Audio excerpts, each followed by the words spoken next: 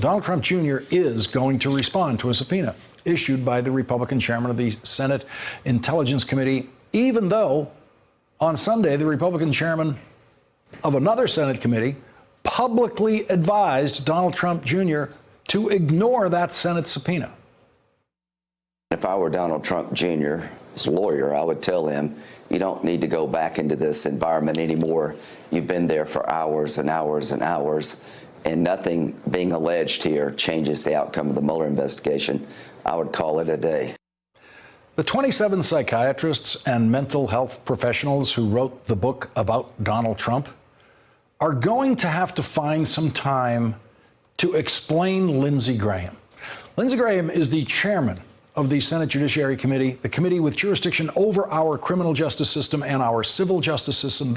That's the committee that writes federal laws about, among other things, how federal subpoenas are enforced. And the chairman of that committee, who is a lawyer, is publicly advising a witness subpoenaed by the United States Senate to ignore that subpoena, publicly advising him to commit a crime. Psychiatrists studying Lindsey Graham's attempts to subvert and pervert congressional subpoena power need to begin with 20th century Lindsey Graham. The day Richard Nixon failed to answer that subpoena is the day that he was subject to impeachment, because he took the power from Congress over the impeachment process away from Congress, and he became the judge and jury. Before Donald Trump Jr. reached an agreement about testifying to the Senate Intelligence Committee late today, last night, Lindsey Graham publicly coached Donald Trump Jr. again, telling the Washington Post, quote, "You just show up and plead the fifth and it's over with," Senator Lindsey O. Graham told reporters Monday, adding that Trump Jr.'s lawyer would have to be an idiot to let him testify again. Lindsey Graham is an obstruction of justice. This is clearly witness tampering. Lindsey Graham could be disbarred as a lawyer for that. And by publicly tampering with a Senate witness, Lindsey Graham violated his oath of office. In any previous Senate, the Senate Ethics Committee would begin an investigation of Lindsey Graham today that would very likely lead to his expulsion from the United States Senate. Something very serious has happened to Lindsey Graham, and we don't know what it is. Something deeply disturbing has happened to Lindsey Graham, and we don't know what it is. And it is not just the difference between 20th century Lindsey Graham and today's Lindsey Graham. It's the difference between Lindsey Graham 3 years ago and Lindsey Graham today. He's a race-baiting, xenophobic, religious bigot. He doesn't represent my party. He doesn't represent the values that the men and women who wear the uniform are fighting for. I don't think he has the temperament or judgment to be commander-in-chief. I think he's a kook. I think he's crazy. I think he's unfit for office. It may just be that Lindsey Graham is now running for his life in South Carolina in a way that he wasn't 3 years ago. Lindsey Graham is up for re-election next year, and his very Trumpian public witness tampering and obstruction of justice might just be what a terrified Lindsey Graham has decided he has to do to avoid being challenged in a Republican primary by someone more Trumpian than Lindsey Graham. Lindsey Graham is now publicly everything he once said Donald Trump is. I have never seen a United States senator disgrace his oath of office more than Lindsey Graham has done just in the last couple of days alone. Apparently, the Fox Network's legal analyst, former Judge Andrew Napolitano, has more influence over Donald Trump Jr. than Lindsey Graham. I never heard of a senator saying disobey a valid, lawful subpoena issued by the chairman of another Senate committee. The subpoena, just like the one to Bill Barr, is presumed valid. If you can't or don't want to comply with it, you got to challenge it in court. You can't just sit on it, and you can't not show. Somebody will show up with handcuffs. No matter who you are. No matter who your father is. Donald Trump Jr. was smart enough to ignore Lindsey Graham's advice, or at least Donald Trump Jr.'s lawyers were smart enough. And so they have agreed to Donald Trump Jr. testifying once again to the Senate Intelligence Committee, but not publicly. It'll be a closed-door session in mid-June with a limited number of topics and will probably not last more than 4 hours. That is the outline of the deal Donald Trump Jr.'s lawyers reached with the Senate Intelligence Committee tonight. The New York Times is reporting tonight that the House Intelligence Committee, chaired by Adam Schiff, is investigating whether lawyers for President Trump and his family helped shape false testimony that Michael Cohen has now admitted he gave to the Intelligence Committee in 2017. In his testimony to the Oversight Committee in February, Michael Cohen said that the Trump lawyers helped edit the false testimony that he gave to Congress in 2017 about a Trump Tower project in Moscow. A May 3rd letter from Chairman Adam Schiff to the Trump family lawyers says, among other things, it appears that your clients may have reviewed, shaped, and edited the false statement that Cohen submitted to the committee, including causing the omission of material facts. In addition, certain of your clients may have engaged in discussions about potential pardons in an effort to deter one or more witnesses from cooperating with authorized investigations. Chairman Schiff is demanding documents from those lawyers in his investigation today. Chairman Schiff said this.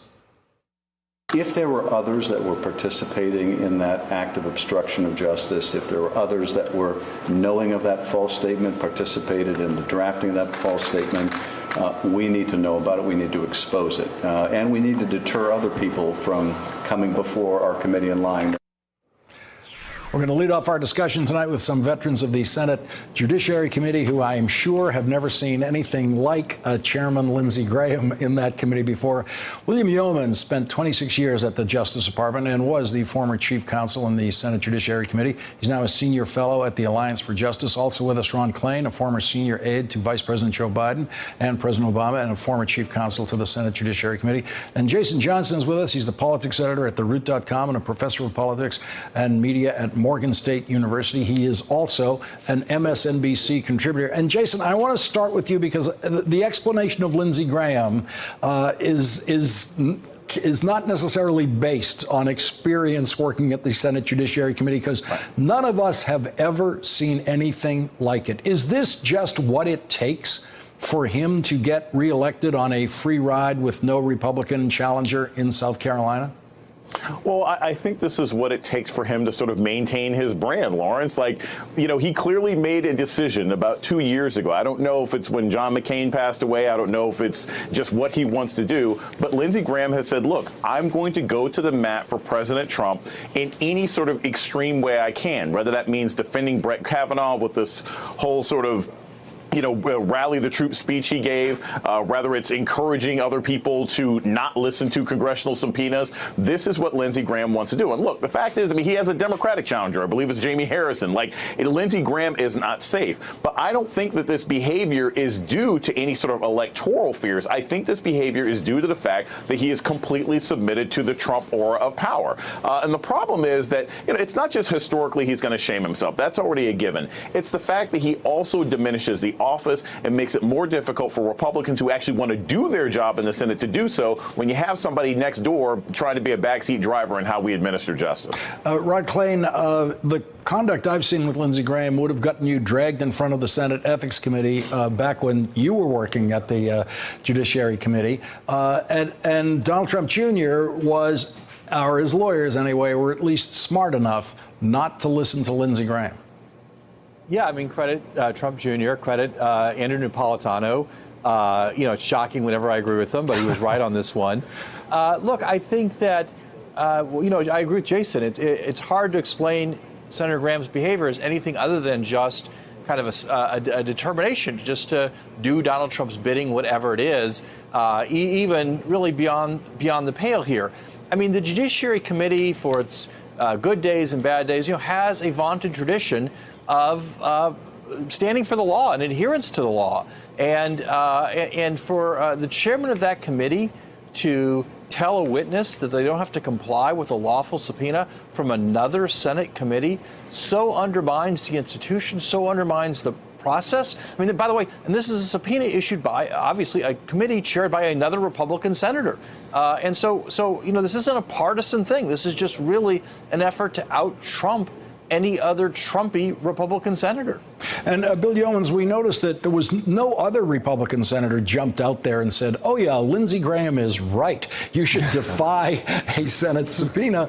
And we know that there's an awful lot of Republicans who love every chance they get to say something pleasing to Donald Trump. And none of them were willing to join Lindsey Graham walking out on that plank. Well, yeah, I think it's clear how over the top Lindsey Graham was here.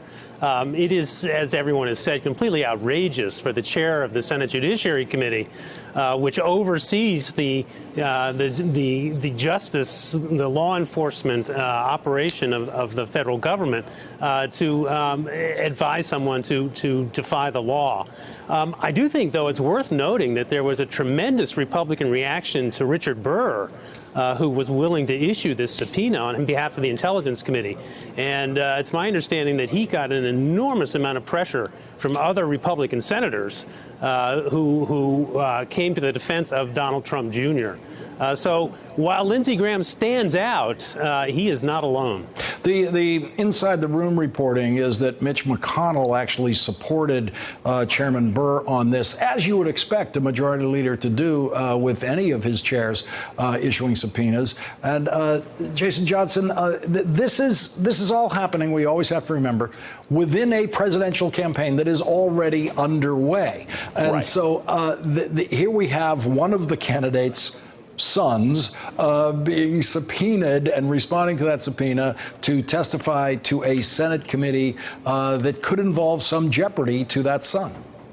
Well, some jeopardy to that son, some jeopardy to other members of the family, some jeopardy to the father. Look, Lawrence, I'll be honest. When Barr initially put out the subpoena, I was skeptical. I thought, is this going to be an excuse for Republicans to do this sort of dog and pony show and allow Don Jr. to just give speeches, right? As we've seen in some of these committees, they actually don't ask questions. It's an opportunity for them to sort of play partisan games. But now that it appears that this is a real question, this goes to the heart of what the Republican Party has to worry about. When we go beyond the House and Senate, this goes to the heart of where the Republican Party is in the country. This is a reminder of what we've talked about all along. There are Republicans in this country who do not trust this administration, who do not trust Don Jr., who do feel that they want to get to the bottom of this. I don't think that Barr is acting just sort of out of, pure curiosity about what's going on. He also is reflecting a change in his party that's happening nationally. And the Republicans, they really need to be much more careful about this. They don't have as much strength in their base if they don't have as much strength in their party as they used to have.